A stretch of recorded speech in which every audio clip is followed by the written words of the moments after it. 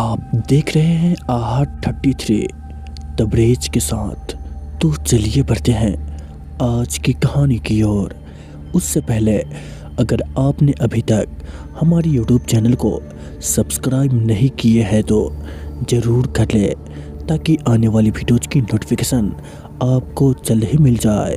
विशाल रेलगाड़ी से अपने घर का सफ़र तय कर रहा था। रात काफ़ी हो चुकी थी। ट्रेन में सवार सभी लोग अपने अपने बर्थ पर सो रहे थे, मगर विशाल की आंखों में नाम मात्र को नींद नहीं थी। इसका सबसे बड़ा कारण उसे घर जाने की खुशी थी।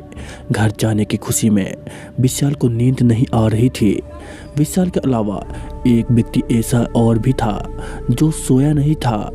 उसकी बर्थ के सामने वाली बर्थ पर ही वो व्यक्ति बैठा था।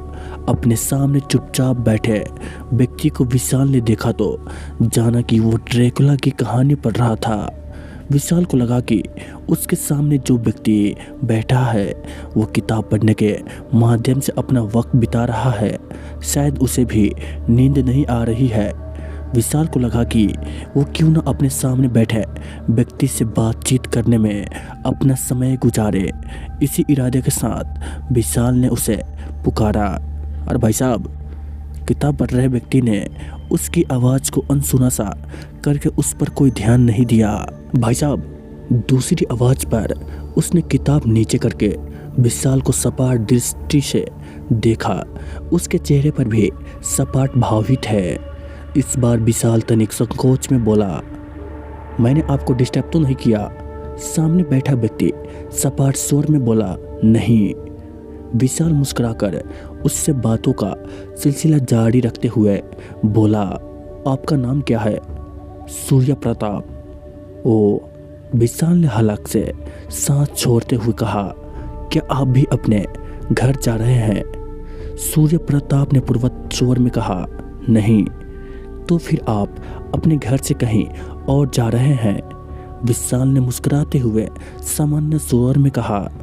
प्रताप ने उसे इस नज़र से देखा मानो वह कुछ ना कहना चाहता हो। विशाल चेहरे से ऐसा प्रकट करने लगा मानो बराबर संकोच कर रहा हो। फिर बोला, मैं आज 7 महीने के बाद अपने घर वापस लौट रहा हूँ। अपने परिवार से मिलने की खुशी में मुझे नींद नहीं आ रही है, इसलिए मैंने सोचा थोड़ा आपसे बात ही कर लूँ। आपने मेरी बात का कोई जवाब नहीं दिया भाई साहब। जवाब के रूप में प्रताप ने अपने चेहरे के आगे लगी किताब हटाई तो उसका बहुत ही भयंकर चेहरा विशाल के सामने आ गया। प्रताप का चेहरा इतना डरावना हो चला था कि यदि कोई मानव उस चेहरे को देखकर अपने प्राण भी गंवा बैठा तो हैरान की बात नहीं थी। उसका डरावना चेहरा देखते ही विशाल की आंखों में मानो दुनिया भर का खौफ सिमट गया था। उसके चेहरे पर हवाइयाँ उड़ने लगी थी। विशाल की दोनों हथेलियों बर्थ से इस तरह सट गई थी मानो उनके सहारे वो उठकर खड़ा होना चाहता हो। उसकी पीठ पिछले भाग से सट गई थी। हद ये थी कि उसके खौफ ज़्यादा रहने की वजह से सांस लेने में भी डर रहा था, या फिर ये कहा जाए कि सांसें खुद ही बाहर आते हुए भयभीत थी। यहाँ तक कि उसकी आवाज़ भी नहीं निकल पा रही थी। विशाल जान गया था कि उसके सामने मौजूद प्रताप कोई मनुष्य नहीं बल्कि एक भूत है। विशाल बेबस रहकर अपने स्थान पर सिवाय बैठे रहने के कुछ ना कर सका। उसके सामने बैठे डरावना चेहरा वो लंबे लंबे दांत वाला भूत ठहारे लगाकर बोला, अब तुम्हारे विश्वास हो चला होगा कि आज के समय में भी भूत प्रेत जैसे चीज़ें मौजूद है। क्या तुम सचमुच भूत हो? विशाल ने भय से परिपूर्ण स्वर में पूछा। अभी तुझे यकीन नहीं आया मूर्ख? कोई बात नहीं, मैं जब तेरा खून पीऊँगा तब तुझे यकीन आ जाएगा। नहीं नहीं, मुझे मत मारो। मेरे 2 बच्चे और मेरी पत्नी घर पर मेरी आने की इंतज़ार कर रहे हैं। अगर मैं मर गया तो उनका सहारा छीन जाएगा।